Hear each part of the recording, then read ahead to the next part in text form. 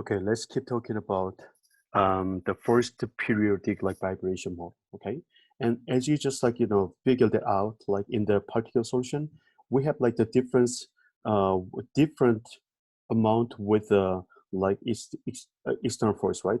Which was 1 over the square root of like k minus m gamma square plus b square gamma square. Okay, and okay, we're gonna define as that part that we can define as like m gamma. That is exactly like frequency gain or gain factor.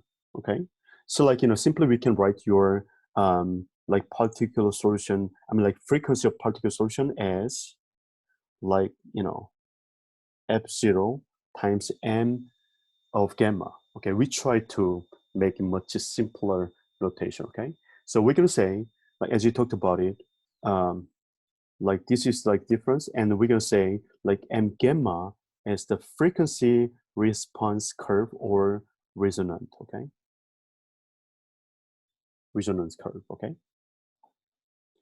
so well, like later we're gonna talk about the detail of this one, but let me like I would love to show you the like graph of that one. Okay, that is exactly the graph for the frequency response curve, which is resonant curve. Okay, and we will like keep talking about this when I derive to find like exact one. Okay, here we go. Let me come back. So here we go.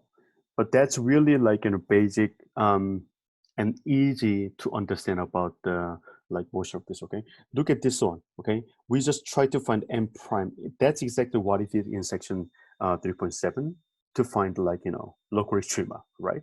And m prime, well, just like it is the like whenever you write your m as a negative power form, then do the derivative of your m function with respect to gamma, then you can easily find this guy, okay?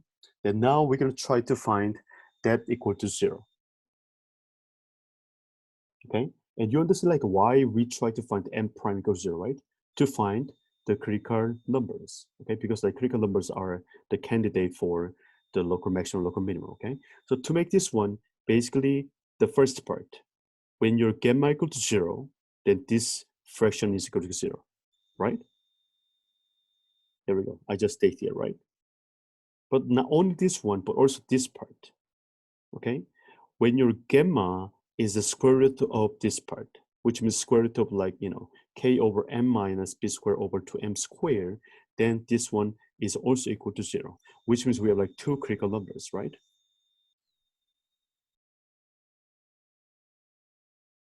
But think about it.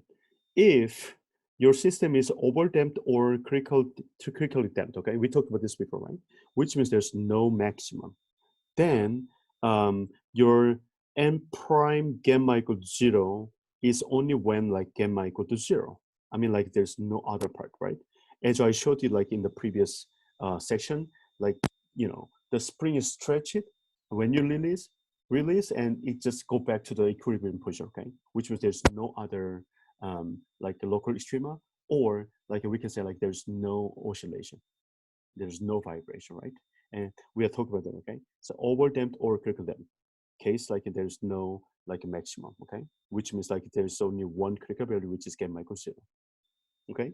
But like we are more like excited about it is more interesting about the underdamped motion, okay?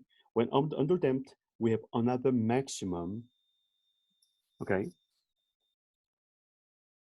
at this point, right? And so we're going to say like this value, gamma R is called the resonance frequency. Is that okay?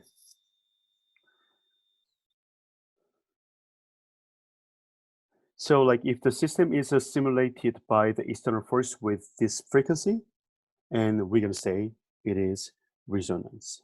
Okay? So okay, so now let's talk about a little bit more detail about like this curve, okay? So like what does that mean? Whenever you have like a small damping, which is small b value, then like you're gonna have like another maximum, which is the like a resonance frequency, okay? Like that point would be there is resonance. But like if you have like a really strong damping term, which means big B value, then like there's no more like local maximum. Okay. So now look at that. Like as I told you, like when B goes to 0, the maximum magnitude of frequency gain increased. Okay.